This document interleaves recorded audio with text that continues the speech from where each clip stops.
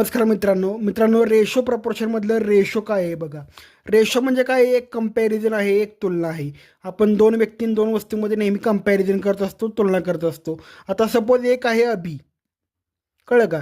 आणि त्याचाच एक मित्र आहे बबी. आता या करायचे, या बबीला ना अभिला काय करायचे, त्यांची हाईट रिप्रेझेंट करायची आहे. आता अभिची हाईट आहे 120 सेंटीमीटर आणि बबीची हाईट आहे 160 सेंटीमीटर. आणि त्यांना काय करायचे, त्यांचा एक सी नावाचा मित्र आहे, या सी नावाच्या मित्राला हाईट सांगायची आहे. पण सी नावाचा मित्र काय म्हणला, मला एवढे मोठे नंबर सांगू नका, मला एवढे मोठे नंबर कळत नाहीत, मला जरा शॉर्टमध्ये सांगा. म्हणजे त्याचं असं म्हणणं होतं की बॅचलर ऑफ आर्ट असतं ना, तर त्याचं म्हणणं होतं मला BA करून सांगा, होय ना. मग त्यांनी काय केलं माहिती आहे का, त्यांनी डायरेक्ट काय केलं, हे 120 मांडलं आणि हे 160 मांडलं. समोर समोर मांडलं त्यांनी, अगोदरच सेंटीमीटर सेंटीमीटर कॅन्सल करून घेतलं. आता काय झालं, हे 0 0 त्यांनी बिनकामाचे कॅन्सल करून टाकली.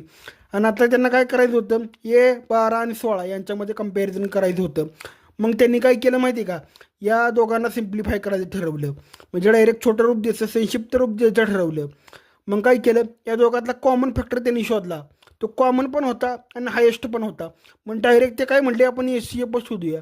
डायरेक्ट त्यांनी HCF शोधून टाकला यांच्यातला. HCF आला 4 आणि 4नं काय केलं, त्यांनी दोघांना पण डिवाईड केलं. 4 त्रिक 12 आणि 4 चौक 16 आणि 3:4 असं ती म्हणली. आणि हा त्यांनी रेशो फाइंड आउट केला.